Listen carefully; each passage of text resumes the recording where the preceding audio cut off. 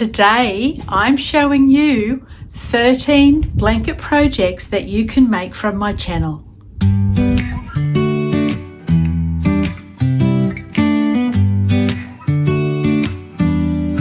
Okay, my lovelies, number one starts at the 2024 temperature blanket. I absolutely loved making this temperature blanket. It's a 2-round granny square and the colour coincides with the highest temperature for each day. I loved watching the colours change from summer to winter and back. And this blanket was also the one that gave me the idea to do a workbook for you all so that you could all join in too. And boy, oh boy, has there been a lot of you just loving the information that I have to offer there, and that just makes me so happy. Now, there is some videos for you to watch that go alongside of this one. First up being the vlog number 11, and then tutorials number 22, 27, 28, 29 and 30. Or just go straight to my playlist and look for temperature blanket there and you will find all the videos that you need. If you would like a temperature blanket workbook, all you have to do is send me an email. I'll pop my email address up here somewhere and in the description box, and then I will just send you one in return. Number 2 is tutorial number 8, and that shows you how to crochet the granny square blanket so it doesn't have a slant.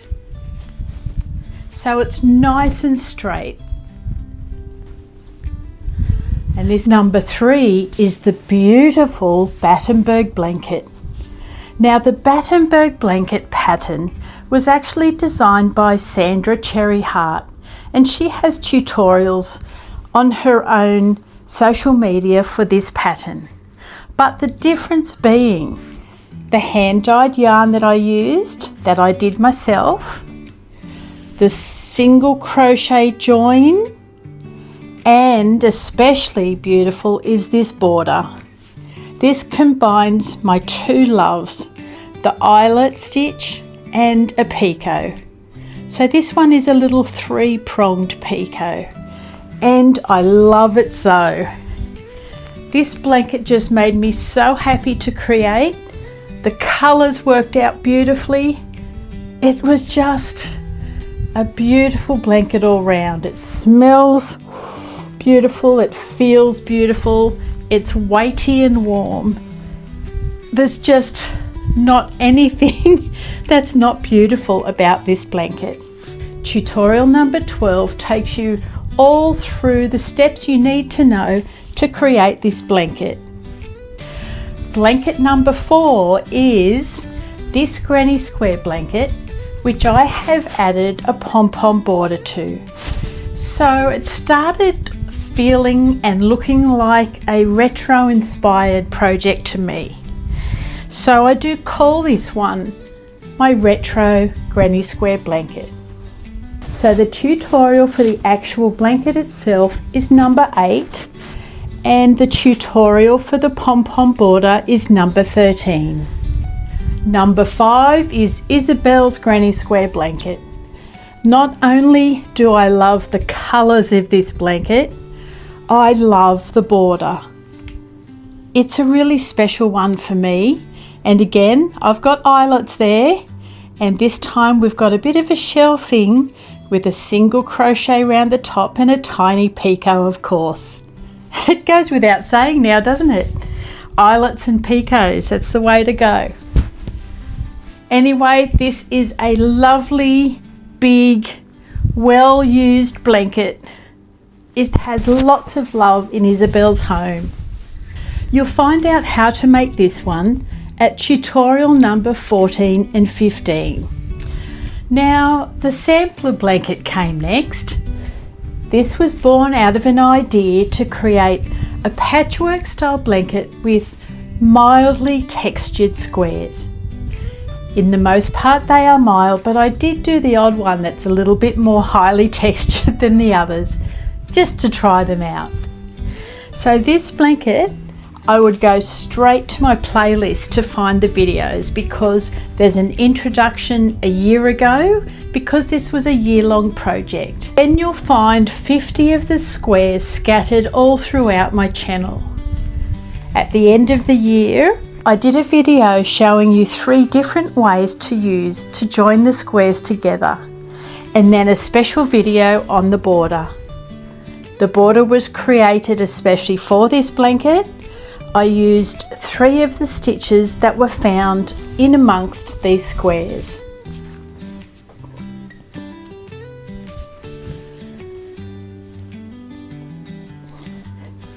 So head to my playlist and you'll find there the details for the 2025 sampler blanket. Number 7 is the 4 square granny blanket. Now this one's made out of 4 large granny squares. Then it's joined like a T intersection. Then I added a whole lot of other granny rounds and a border that's called the iris stitch.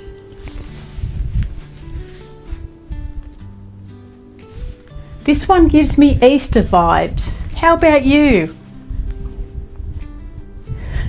Tutorial number 42 is how to make the granny squares. Tutorial number 43 is how to do the join. And tutorial number 44 is how to create the iris stitch border. Number 8 is the start of 2025, which means another temperature blanket. This time I did the squares, 2 round squares, but the inside is the lowest nighttime temperature and the outside is the highest daytime temperature. Now these colours aren't exactly the ones that I like the most, but they were sitting in the shelf singing out to me to be used. It had been way too long. So I thought I will make a blanket from these.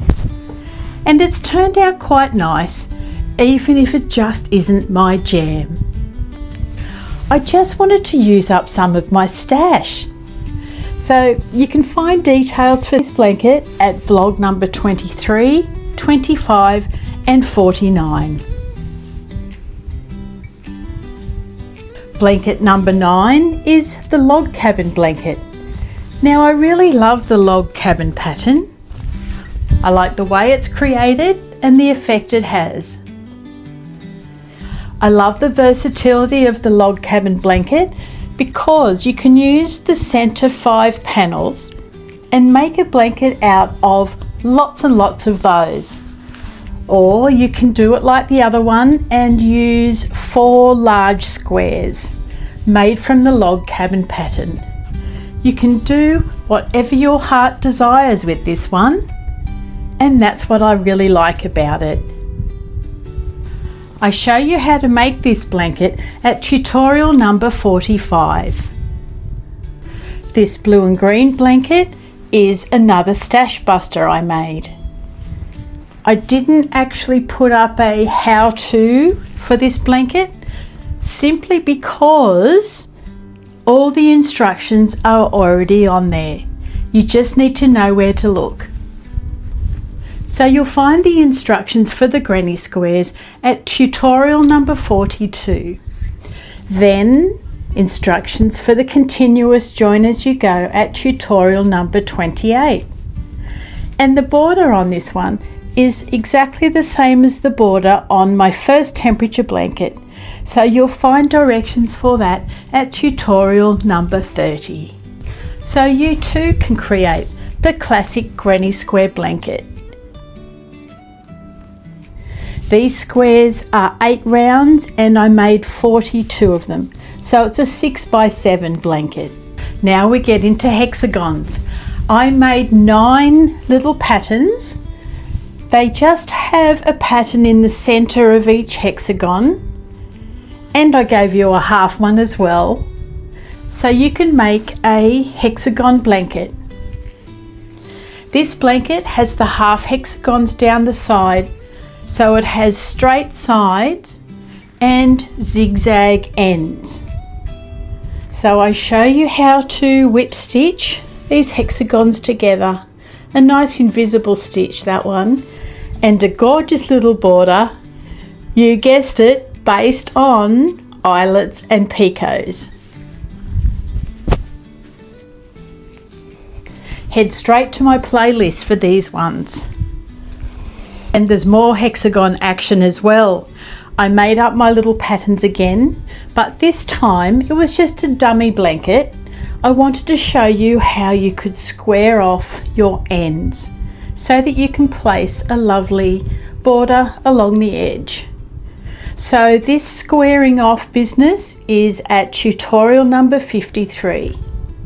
Then on the other side, I show you how to do a zigzag border without the squaring off. Again, that one has eyelets and picots as well, and that's at tutorial number 54. Now, I didn't know if you could join hexagons together with the continuous join as you go method, so I just thought I'd start and see what happened, and it worked out perfectly. I was so happy with this because it's my favourite join. So you will find that at tutorial number 55. I just love that you can do it for hexagons and squares alike. I made a pretty border to go with this blanket, and that's at tutorial number 56. For this warm colour hexagon blanket, I used the continuous join as you go again. I just did a different border all around this one. So I used clusters this time and picot. That you will find at tutorial number 57. I love this one.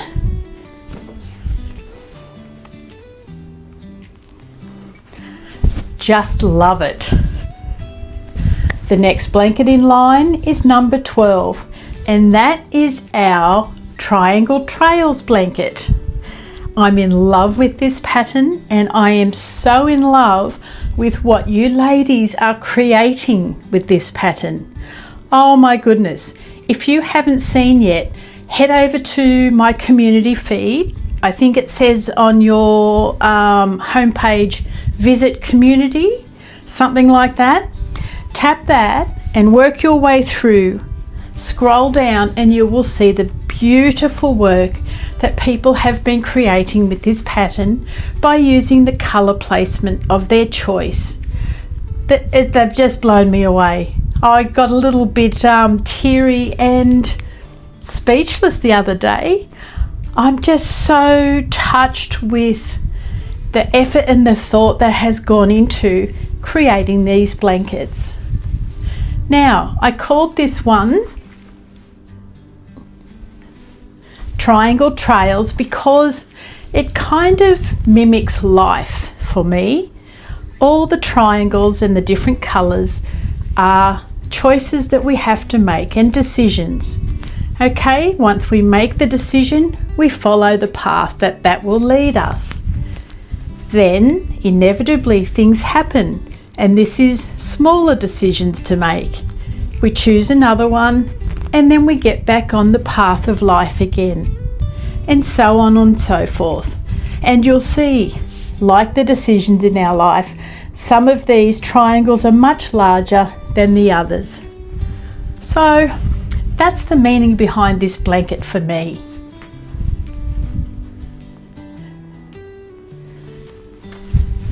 This blanket also has a workbook. Again, just send me an email and I send it out to you. I tried to make a grid for you to colour in and it just didn't work out very well.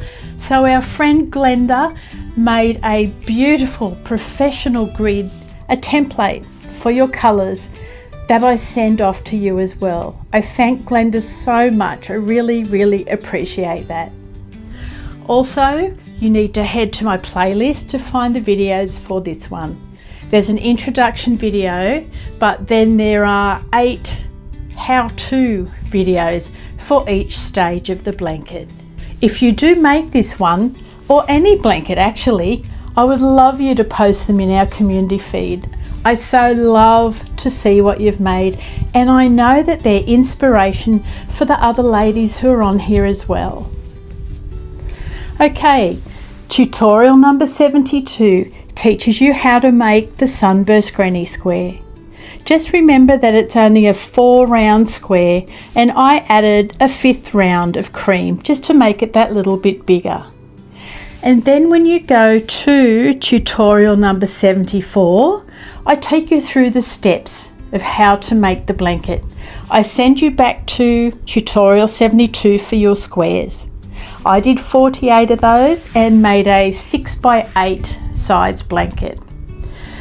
So that tutorial shows you how to do the joining, how to do the edging, because I did more rounds, and then how to do the shell, which is made from treble crochets.